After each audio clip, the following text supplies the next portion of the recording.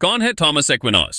संत Thomas एक्विनॉस, जिन्हें आमतौर पर थॉमस एक्विनॉस के नाम से जाना जाता है, मध्यकालीन थॉमिस्ट दार्शनिक और कैथोलिक धर्म के संत हैं। उनका जन्म 1225 में इटली के रोमैन क्षेत्र में लोम्बार्डी में टीनो की काउंटेस के यहाँ हुआ था। उनका जीवन एक अद्भुत संज्ञानात्मक यात्रा अथवा ज्ञान की यात्रा का प्रतीक है, जो हमारे ज्ञान और धार्मिक विश्वास के बीच संतुलन स्थापित करता है।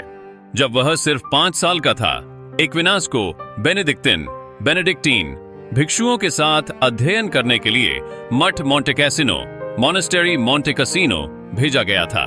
वह 13 साल की उम्र तक वहां रहे, जब महान राजनीतिक अशांति के कारण मोंटेकैसिनो एक युद्ध स्थल बन गया और उसे छोड़ने के लिए मजबूर होना पड़ा। थॉमस ने उच्च शिक्षा की शुरुआत नेपल्स के विश्वविद्यालय में की, जहां उन्होंने तर्क और शास्त्र की गहरी अध्ययन किया।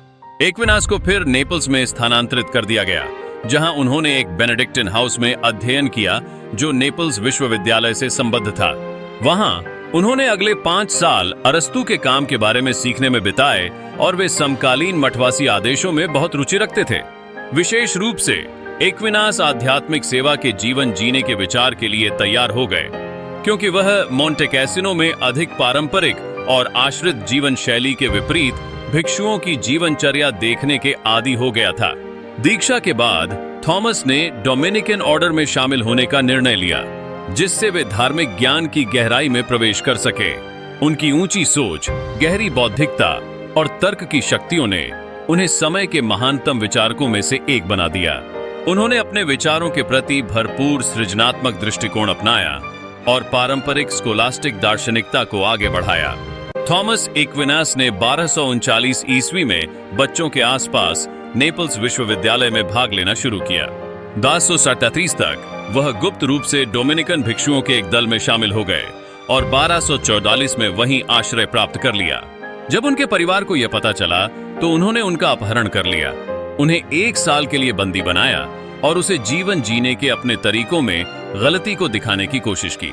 हालांकि उनका प्रयास काम नहीं आया और जब उन्हें 1245 में रिहा किया गया, तो एक्विनास डोमिनिकन आश्रय स्थल में वापस लौट गए।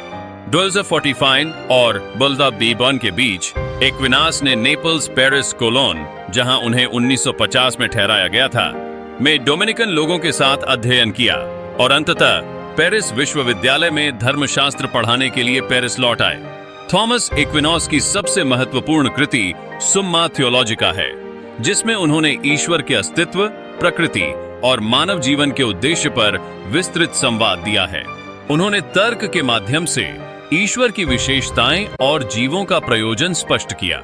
उनका तर्क और तर्क शक्ति उनकी कृतियों में अद्वितीय है और उनका प्रभाव आज भी विद्यमान है। थॉमस का मुख्य सिद्धांत यह है कि विश्वास और तर्क एक दूसरे के पूरक हैं। उन्होंने इस विचार को प्रस्तुत किया कि भले ही विश्वास और तर्क भिन्न हो, लेकिन वे एक ही सच्चाई को उजागर करते हैं। उन्होंने यह भी दर्शाया कि ज्ञान का सर्वोच्च उद्देश्य अच्छे कार्य और ईश्वर के प्रति निष्ठा है। उनकी आध्यात्मिक यात्रा उन्हें 1274 ईस्वी में अरेजियो में समाप्त होती है, जहां उन्होंने अंतिम सांस ली। उनके लिए संत की उपाधि 1323 में प्रदान की गई। संत थॉमस एक्विनॉस का जीवन, कार्य और शिक्षाएं आज भी दार्शनिक, धार्मिक विचारशीलता एवं शिक्षा के क्षेत्र में प्रासंगिक हैं। उनकी विरासत ने विश्व भर में अनेक चिंतकों और धर्म गुरुओं को प्रेरित किया है। निष्कर्षतः ऐसे समय में जब कैथोलिक चर्च के पास भारी मात्रा में शक्ति थी और लोग दर्शन और धर्म के सह अस्तित्व की धारणा से जूझ रहे थे, थॉमस एक्विनास ने विश्वास और तर्क बुद्धि को एक साथ लाया। उनका मानना था कि ज्ञान चाहे प्रकृति, नेचर के माध्यम से प्राप्त किया गया हो या धार्मिक अध्ययन के माध्यम से, सभी ईश्वर से आए हैं और एक साथ काम कर सकते हैं।